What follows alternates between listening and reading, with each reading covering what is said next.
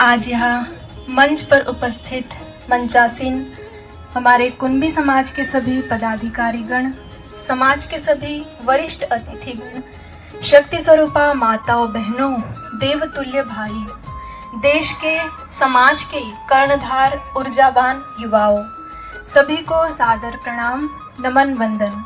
आज हम आप सभी यहाँ हमारे अपने ही समाज के वार्षिक उत्सव कार्यक्रम में उपस्थित हुए हैं और यहाँ उपस्थित होकर हमें बड़ा हर्ष होता है, बड़ी प्रसन्नता होती है कि अपने गांव से दूर रहकर, अपने घर परिवार से रहकर इस औद्योगिक क्षेत्र में भी हम अपने समाज के लोगों से जुड़े हुए हैं।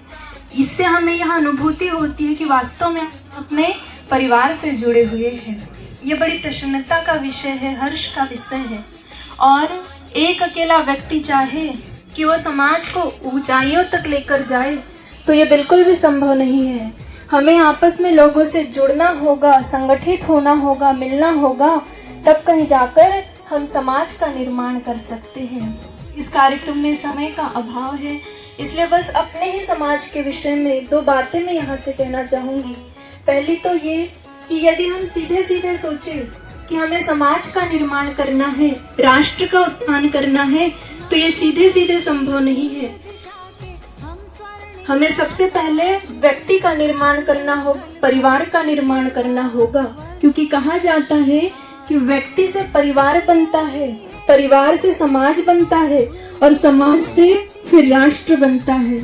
इसलिए डायरेक्ट हम समाज का निर्माण नहीं कर सकते, हमें सबसे पहले व्यक्ति का निर्माण करना होगा, व्यक्तित्व का निर्माण करना होगा। और व्यक्ति का निर्माण कहाँ से होता है? परिवार से होता है, घर से होता है, माता पिता के संस्कारों से होता है। यदि हम इतिहास उठाकर देखें तो हम देखते हैं कि दुनिया में न जाने कितने महामानव आए, कितने महापुरुष आए। हमारे अपने ही समाज का गौरव छत्रपति शिवाजी जैसे युवा, जिन्होंने हमारे समाज का, हमारे राष्ट्र का कितना गौरव बढ़ाया है। तो ये महापुरुष, ये महामानव, ये संत, ये शहीद, ये समाज सुधारक, ये कहाँ से आते हैं? ये डायरेक्ट आ जाते हैं क्या? बिल्कुल नहीं। ये साधारण से घर में जन्म लेते हैं, साधारण मनुष्य के रूप में जन्म लेते हैं, लेकिन इन्हें घर परिवार के संस्कार कुछ ऐसे मिल जाते हैं कि फिर ये लोग महामानव बन जाते हैं, महापुरुष बन जाते हैं। और हमारे भारत देश में, हमारे समाज में प्राचीन काल से ही ऐसे संस्कार बच्चों को दिए जाते हैं जिसके बल पर वे बच्चे न केवल अपने घर परिवार का नाम रोशन करते हैं, न केवल अपने समाज का नाम रोशन करते हैं, न केवल अपने राष्ट्र का नाम रोशन करते हैं, बल्कि विदेशों में जाकर वहाँ अपनी संस्कृति का परचम लहरा कर आते हैं, केवल संस्कारों के बल पर। आप सभी ने बराक ओबामा का नाम सुना होगा। बराक ओबामा जब अमेरिका के प्रेसिडेंट थे तो अमेरिका में जो टॉप माइक्रोसॉफ्ट कंपनी थी, वहाँ 300 इंजीनियर्स के बीच उनकी मीटिंग थी। बराक ओबामा उस मीटिंग में पहुंचे और जो टॉप 300 इंजीनियर्स थे उन पर उन्होंने दृष्टि घुमाई तो वे देखकर बड़े दुखी हो गए, परेशान हो गए। क्यों? क्योंकि उन्हें उन टॉप 300 इंजीनियर्स में सबसे अधिक संख्या में एशियन दिखे और एशियन में भी सबसे अधिक संख्या में इंडियन दिखे, भारतीय दिखे। तो बराक ओबामा उदास हो गए, दुखी हो गए और दूसरे ही दिन बराक ओबामा ने राष्ट्र के नाम संदेश जारी कर दिया और उसमें उन्होंने कहा, बोले मैं अमेरिका की माताओं से अनुरोध करता हूँ कि वे अपने बच्चों की देखभाल हिंदुस्तान की माताओं की तरह करें, वरना वो दिन दूर नहीं जो अमेरिका टॉप पर है तो कहीं नीचे ना आ जाए। कहने का मतलब प्राचीन काल से ही हमारे समाज में, हमारे राष्ट्र में ऐसे संस्कार माता पिता अपने बच्चों को दे जाते हैं जिसके बल पर वे बच्चे असाधारण कार्य करते हैं और विदेशों में अपनी संस्कृति का परचम लहरा कर आते हैं। लेकिन आज क्या हो रहा है? आज ऐसे संस्कारों की कमी हो गई है। आज हर माता पिता चाहते हैं कि हमारा जो बेटा है, हमारी जो बेटी है, वो हमसे अधिक कामयाब बने और इसके लिए वे बचपन से ही बच्चों को उच्च शिक्षा दिलाते हैं और हायर एजुकेशन के लिए लाखों रुपए खर्च करते हैं। ये हर माता पिता का आज सपना होता है और ये हो भी रहा है। हमारे समाज में, हमारे राष्ट्र में बच्चे उच्च शिक्षा को प्राप्त करते हैं और विदेशों में जाकर लाखों रुपए कमाते हैं, लाखों का उनका पैकेज होता है, लेकिन वे बच्चे अपने घर परिवार को भूल जाते हैं, अपने माता पिता को भूल जाते हैं। हमारे घर के प्रति, हमारे परिवार के प्रति, हमारे समाज के प्रति हमारी क्या जिम्मेदारी है, इस बात को वे भूल जाते हैं। और फिर अंत समय में माता पिता को पश्चाताप होता है कि यदि हमने अपने बच्चों को शिक्षा के साथ संस्कार भी दिए होते तो आज वास्तव में हमारे बच्चे हमारे साथ होते, अंतिम समय में हमारे साथ होते। दिल्ली के एक मेयर साहब थे, उनके जीवन की एक सत्य घटना है। मेयर साहब ने अपने जीवन में बहुत अधिक पैसा कमाया और 2 बेटे थे उनके, और बचपन से ही बच्चों को उन्होंने उच्च शिक्षा दिलाने का प्रयास किया और हायर एजुकेशन के लिए उन्हें विदेश में भेजा। उनके दोनों बच्चे विदेश में जाकर शिक्षा ग्रहण करते हैं और वहीं पर सेटल हो जाते हैं, वहीं रहने लगते हैं।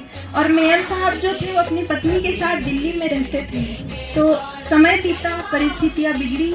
एक दिन अचानक उनकी पत्नी की तबीयत खराब हुई और उनका निधन हो गया। तो मेयर साहब अपने बेटों को फोन करते हैं कि बेटा, तुम्हारी जो माता जी है उनका निधन हो गया है, तुम जल्दी से जल्दी अंतिम संस्कार के लिए आ जाओ। बड़ा बेटा तो नहीं जाता, लेकिन छोटा बेटा वहां जाता है। तो मेयर साहब पूछते हैं छोटे बेटे से कि बेटा, तुम्हारा बड़े भैया नहीं आए? तो वो छोटा बेटा बड़े शर्म के साथ क्या कहता है, बोले बड़े भैया व्यस्त थे, बिजी थे काम में, उनके पास टाइम नहीं था, इसलिए उन्होंने कहा कि अभी माँ का निधन हुआ है, माँ की मृत्यु हुई है, तो तुम चले जाओ, और जब पिताजी का निधन होगा तब मैं चला जाऊंगा। और जैसे ही मेयर साहब ने बेटे की बात सुनी तो मेयर साहब एकदम निरुत्तर हो गए, उनके पास कोई उत्तर नहीं था देने के लिए। वे एकदम चुप हो गए, शांत हो गए और अपने कमरे में जाते हैं और कमरे में जाकर के 2 पत्र लिखे उन्होंने।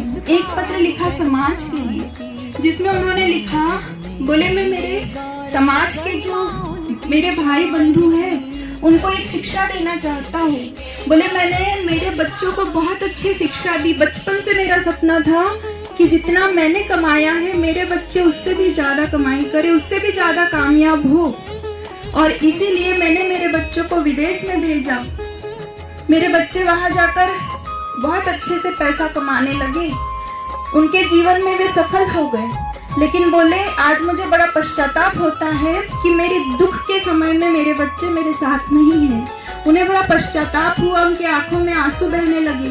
बोले मैं मेरे समाज के लोगों से अनुरोध करता हूँ कि बच्चों को शिक्षा दे, लेकिन साथ में संस्कार भी दे। इस चीज से मैं चूक गया, लेकिन आप लोग इस चीज का ध्यान रखना।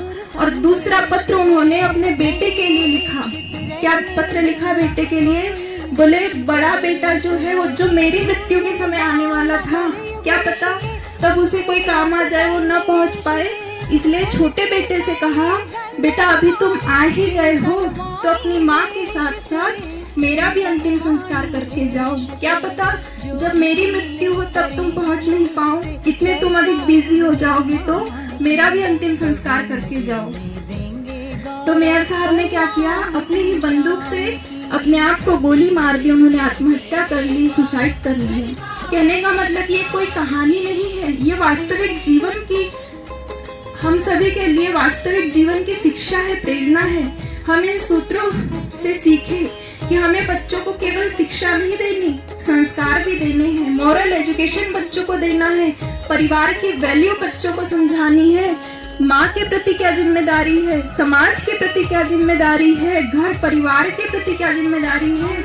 ये सूत्र बचपन से बच्चों को सिखाने की जरूरत है। आजकल हम देखते हैं कि हमारे समाज में पिता पुत्र के संबंध खराब होते जा रहे हैं, माता और पुत्र का संबंध आज खराब होते जा रहा है। भाई भाई एक साथ एक छत के नीचे रहना पसंद नहीं करते, देवरानी जेठानी है वो 4 दिन एक साथ रहना पसंद नहीं करती। क्या हो रहा है, परिवार से आत्मीयता खत्म होती जा रही है। ऐसे में हम केवल समाज के निर्माण की बात सोचें तो ये संभव नहीं है। इसलिए हमें सबसे पहले परिवारों का निर्माण करना होगा, व्यक्ति का निर्माण करना होगा। इसलिए बच्चों को बचपन से हमें संस्कार देना होगा। छोटा बच्चा जो होता है वो गीली मिट्टी की तरह होता है। माता पिता और परिवार के सदस्य जिस सांचे में बच्चों को ढालना चाहते हैं वे ढलते हुए चले जाते हैं। लेकिन जब बच्चा बड़ा हो जाता है तब यदि हम सोचें कि हम उन्हें संस्कार दें तो फिर ये संभव नहीं है। इसलिए बचपन से बच्चों को संस्कार देने की आज आवश्यकता है, तो वास्तव में हमारे समाज का कल्याण हो सकता है।